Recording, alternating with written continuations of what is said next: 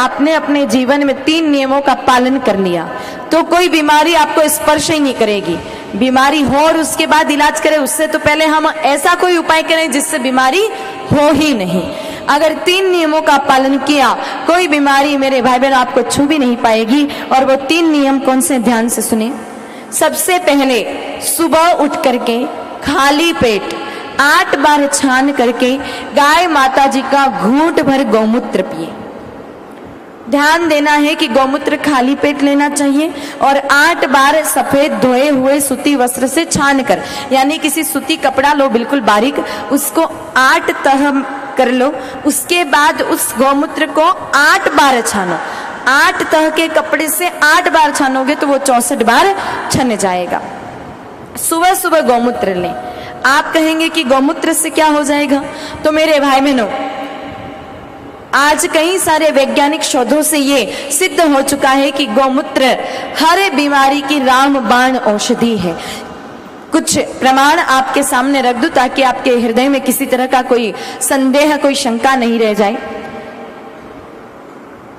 मेरे भाई बहनों, लगभग 2 साल पहले जूनागढ़ कृषि विश्वविद्यालय, जूनागढ़ एग्रीकल्चर यूनिवर्सिटी के डॉक्टर गोलकिया जी ने 12 डॉक्टरों की टीम के साथ 4 वर्षों तक 400 गौ माताओं पर रिसर्च किया। पता चला कि गौमूत्र में 388 प्रकार के ऐसे एलिमेंट्स होते हैं, ऐसे तत्व होते हैं जो 174 प्रकार की बीमारियों को जड़ सहित खत्म कर देते हैं। अगर आप नित्य गौमूत्र पीते हैं तो 174 प्रकार की बीमारियां तो कभी आपको स्पर्श भी नहीं कर पाएगी। दूसरा प्रमाण मेरे भाई बहनों इंदौर का है। आप कभी इंदौर जाओ तो वहां के रविंद्रनाथ टैगोर मार्ग पर एक हॉस्पिटल है जिसका नाम है doctor Jain cow urine therapy centre. लगभग आज उस हॉस्पिटल को खोले हुए 17 साल हुए हैं और इन 17 साल में लगभग 3,500 कैंसर के मरीजों का सिर्फ इलाज गौमूत्र के साथ डॉक्टर जैन ने किया है। कैंसर जड़ सहित खत्म हुआ है। फिर मेरे भाई बहनों आगे चर्चा करें तो इंदौर के ही मेडिकल कॉलेज के प्रोफेसर डॉक्टर अखिलेश जी भार्गव, उन्होंने स्पष्ट किया है कि कैंसर की रामबाण औषधि अगर कोई है तो वो है गौमूत्र। चौथा उदाहरण मेरे भाई बहनों राजस्थान के धौलपुर जिले का है। राजस्थान के धौलपुर जिले में एक पंचगव्य चिकित्सा केंद्र सरकार के द्वारा खोला गया है।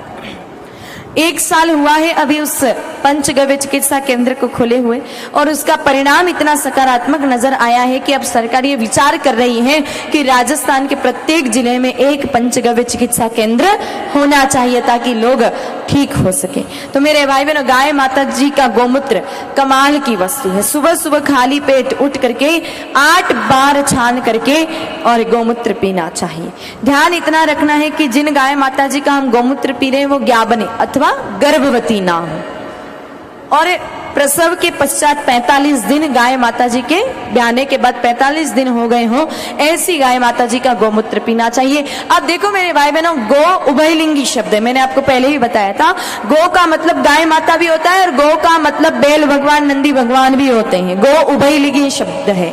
तो गाय माता का गौमूत्र जितना असर करता है उतना ही बछड़े का गौमूत्र भी प्रभावकारी है, तो आप उसको भी पी सकते हैं। कई सारे लोगों के मन में संदेह होता है कि सिर्फ गैया का गौमूत्र पी सकते हैं, ऐसा नहीं है। तो सुबह उठ करके 8 बार छान करके गाय माता जी का घूंट भर गौमूत्र पिए।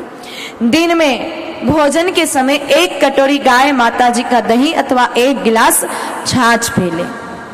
मेरे भाई बहनों, छाछ की महिमा बड़ी अद्भुत है। ये छाछ तो भगवान को भी दुर्लभ है। जब एक बार यक्ष और युधिष्ठिर जी में प्रश्नोत्तरी हो रही थी तो मेरे भाई बहनों प्रश्न पूछा यक्ष ने युधिष्ठिर जी से कि किम शक्रस्य दुर्लभम, यानी कि देवताओं के राजा इंद्र को क्या दुर्लभ है। तो मेरे भाई बहनों जवाब दिया कि तक्रम शक्रस्य दुर्लभम, देवताओं के राजा इंद्र को भी छाछ बहुत दुर्लभ है। ये तो हम इंसानों को ही मिलती है, बाकी भगवान भी तरसते हैं छाछ पीने के चक्कर में। कहते हैं मेरे भाई बहनों, आप लोगों ने भागवत सुनी भी होगी कि कन्हैया ने माखन की मटकी फोड़ी, कन्हैया ने दही की मटकी फोड़ी, पर आज तक ये नहीं सुना होगा कि कन्हैया ने छाछ की मटकी फोड़ी। नहीं सुना ना? क्योंकि छाछ की महिमा लोगों तक पहुंचाने के लिए कन्हैया एक और लीला करते हैं। कहते हैं कि जब गोकुल की गुर्जरिया माथे पर छाछ की मटकियां लेकर के जाती थी मथुरा की तरफ, तब कन्हैया बीच में रोक लेते, कहा रुको रुको काकी, थोड़ी सी छाछ पिला दो। वो मना कर देती गोकुल की गुर्जरिया कि नहीं पिलाएंगे। बार बार जिद करते कि काकी थोड़ी तो छाछ पिला दो, थोड़ी तो छाछ पिला दो, लेकिन फिर भी हर बार गोकुल की गुर्जरिया मना कर देती मेरे भाई बहनों। तब कन्हैया और जिद करते, तब गोकुल की गुर्जरिया कहती कि एक शर्त पे छाछ पिला सकते हैं कन्हैया। क्या कैसी शर्त? का थोड़ा सा नाच के दिखा दे तो छाछ पिला सकते हैं। अब वो त्रिलोकी को, त्रिभुवन को नचाने वाले कन्हैया छाछ पीने के चक्कर में उन गोकुल की गुर्जरियों के सामने नृत्य करते थे, नाचते थे। इसीलिए तो मेरे भाई बहनों रस खान जी ने बहुत सुंदर बात कही है कि शेष गणेश दिनेश महेश पचिहार थके पर पार न पावे, ताही अहिर की छो हरिया छचिया बर छाछ पर नाच नचावे। तो मेरे भाई बहनों ये छाछ की महिमा है। भोजन के पश्चात अगर एक गिलास आप छाछ ले लेते हैं, छाछ से फर्मेंटेशन की प्रक्रिया होती है जिससे मेरे भाई बहनों खाना बहुत अच्छे से पच जाता है। इसलिए भोजन के समय एक गिलास छाछ अवश्य पीनी चाहिए। आप में से छाछ किस किसने पी? जरा हाथ खड़ा करना, नीचा कर लो। मैं मान ही नहीं सकती कि इतने लोगों ने छाछ अभी पी रहे हो। हाँ, 1-2% जरूर पी रहे होंगे, बाकी छाछ नहीं पी रहे। आप छाछ किसको मानते हो? वो डेयरी पर मिलने वाला पैकेट की वो खट्टा व्हाइट वाटर, वो छाछ नहीं है। छाछ का मतलब देसी गौ माता जी की छाछ। हाँ, जब दही को जमा करके और फिर उसको बिलो करके उसका जो मक्खन ऊपर आ जावे, उसको अलग करके जो बच जावे वो छाछ। अब गाय माता ही नहीं है, कभी गौ माता से जुड़े नहीं, तो छाछ कहां से पियोगे?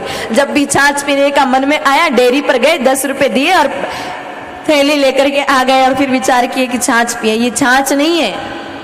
छाछ का मतलब देसी गौ माता जी की छाछ। तो दिन में भोजन के समय छाछ पिए और रात्रि को सोते समय 1 गिलास गाय माता जी का दूध पी ले। बस ध्यान इतना रखना है, 11 के दिन, एकादशी के दिन गौमूत्र नहीं पीना चाहिए। भाद्रपद जो महीना होता है, भादवा, तो अभी अभी गया, उसमें कभी दही छाछ नहीं पीना चाहिए।